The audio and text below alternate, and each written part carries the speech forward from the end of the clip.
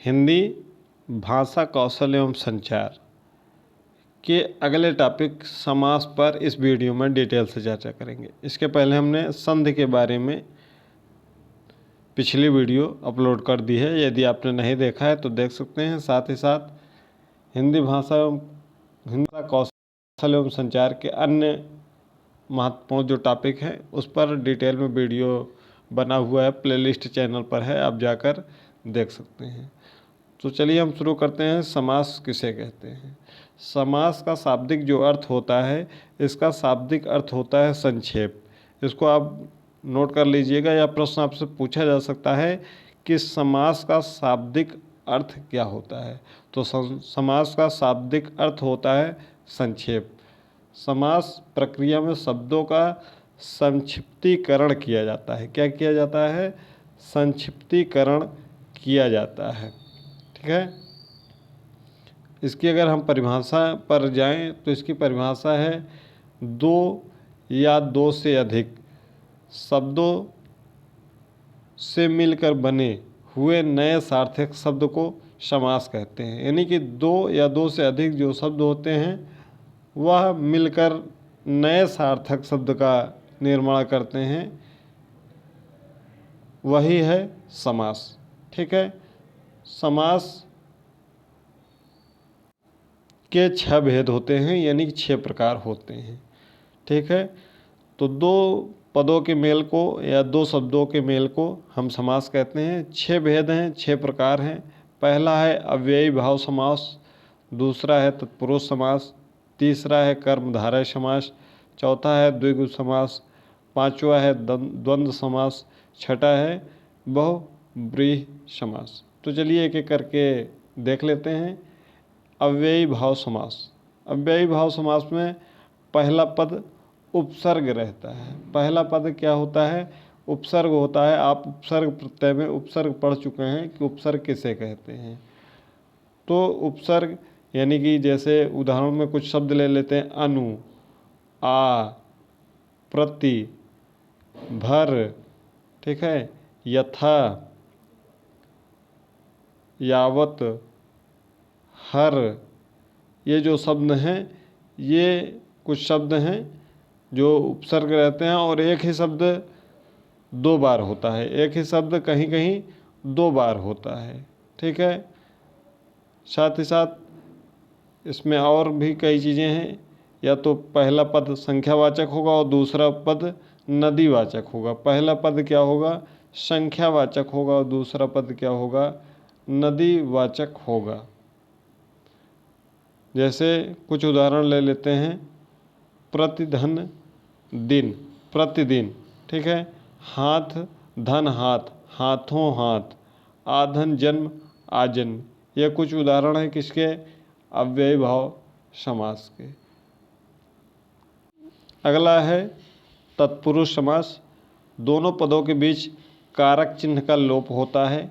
कारक आपने अगर अभी तक नहीं पढ़ा है तो चैनल पर जाइए और जो कारक का चैप्टर है उसको पहले कंप्लीट कर लीजिए, ताकि आपको यहाँ पर समझने में दिक्कत ना हो। तत्पुरुष समास तभी आपको समझ में आएगा जब आप कारक को कंप्लीट कर लेंगे। कारक तो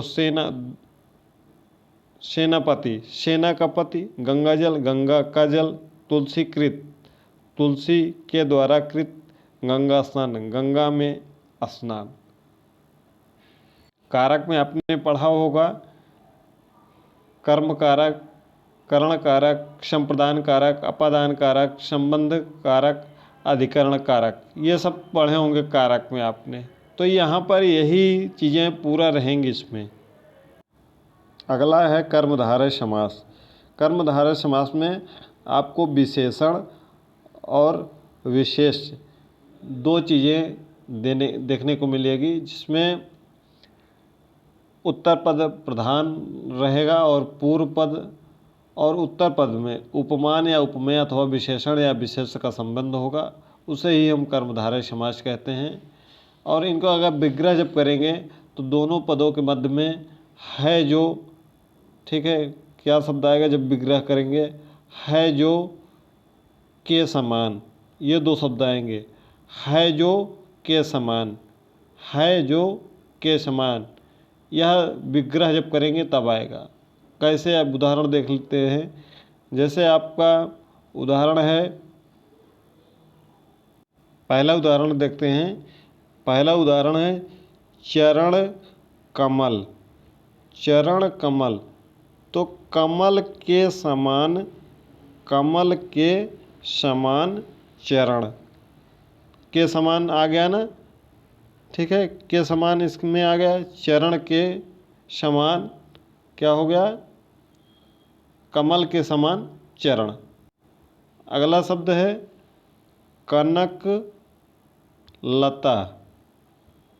कनक लता में कनक की सी लता, ठीक है। अगला शब्द इसमें उदाहरण देखेंगे तो अगला उदाहरण हो जाएगा आपका महापुरुष। महापुरुष, महान है जो पुरुष, महान है जो पुरुष। ये उदाहरण किसके हैं, कर्मधारय समास के। और भी उदाहरण हैं, जैसे है अगला उदाहरण हरी घास, जली रोटी, नीलकमल, हरा धनिया, चंद्रमुखी, ये सब इसके उदाहरण हैं।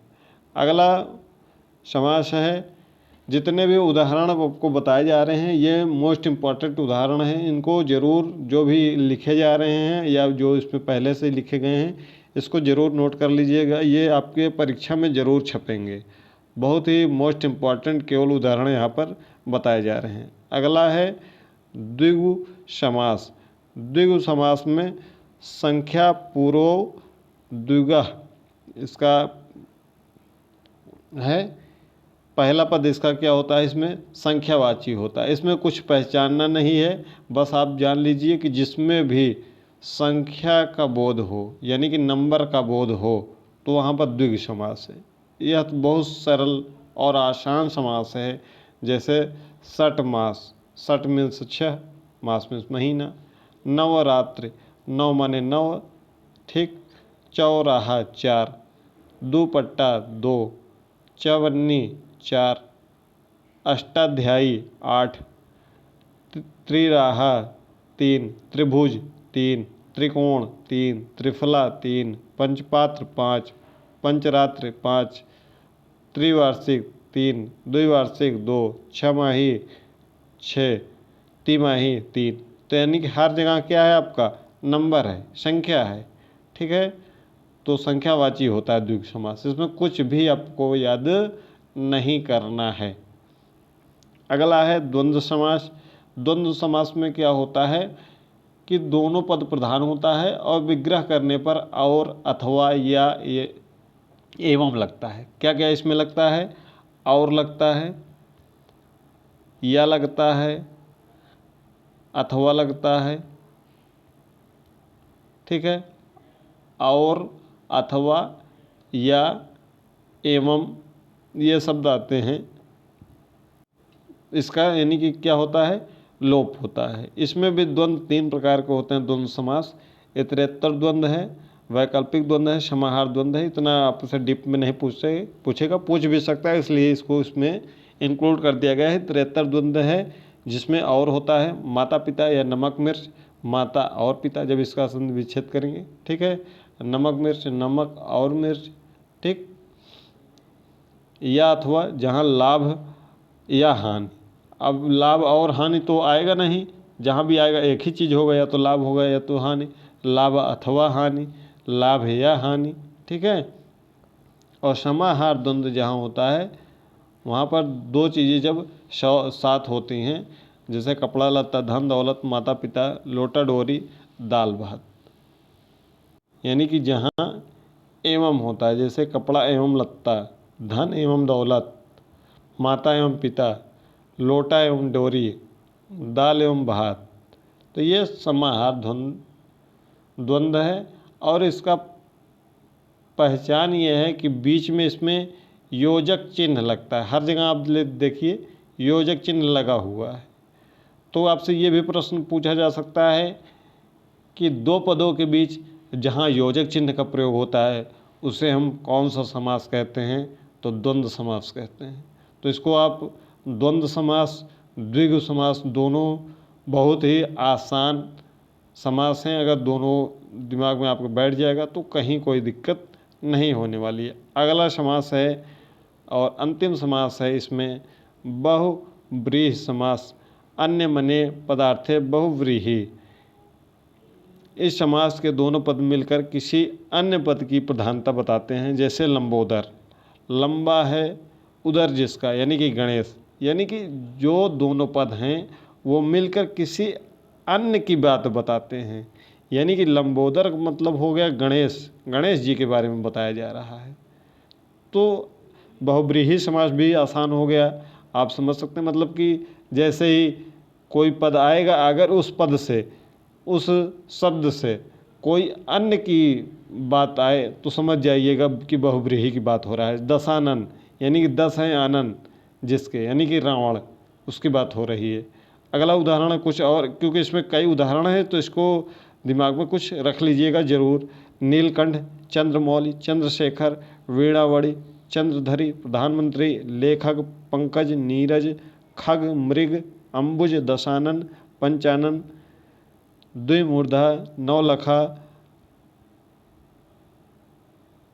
चौलड़ी, पंचवटी, बारहसिंघा, त्रिनेत्र, चतुरानन, तिरंगा, पंचवटी, गिरधर, माधव, गोपाल, श्रीधर, लाठा लाठी, बाता बाती, मुक्का मुक्की, धक्का धुक्की, कहा सुनी। ये जो लास्ट के शब्द हैं इसको आप ज़रूर लिख लीजिएगा अलग से। लाठा लाठी, बाता बाती, मुक्का मुक्की, धक्का धुक्की, क्योंकि ये आप हो सकता है कि आपको ये समझ में आए कि यह द्वंद्व समास है कि बताया गया है, लेकिन इसमें कुछ अन्य ये शब्द हैं, इसको भी रख लीजिएगा।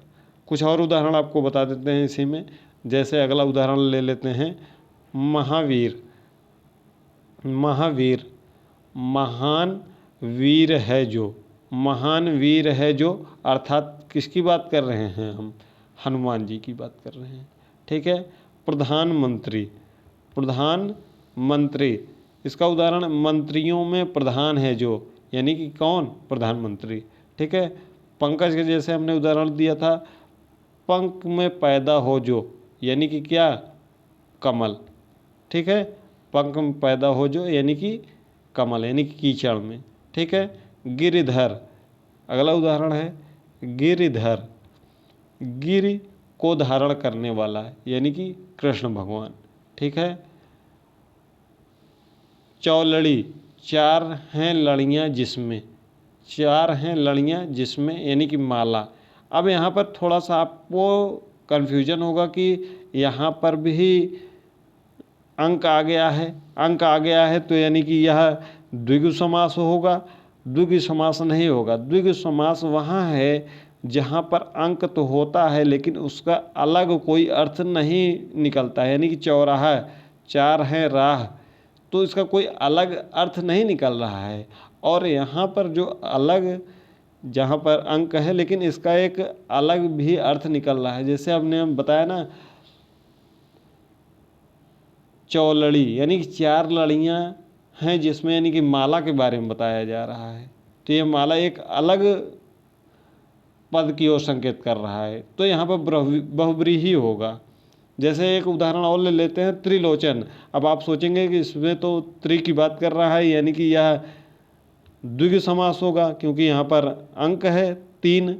ठीक है। यहाँ पर अंक है तो सोचेंगे कि द्विगु समास की बात कर रहा है। नहीं, यहाँ त्रिलोचन, यानी कि 3 लोचन हैं जिसके, यानी 3 आँखें जिसके हैं, यानी कि भगवान शंकर की बात कर रहा है, यानी कि भगवान शिव की बात कर रहे हैं।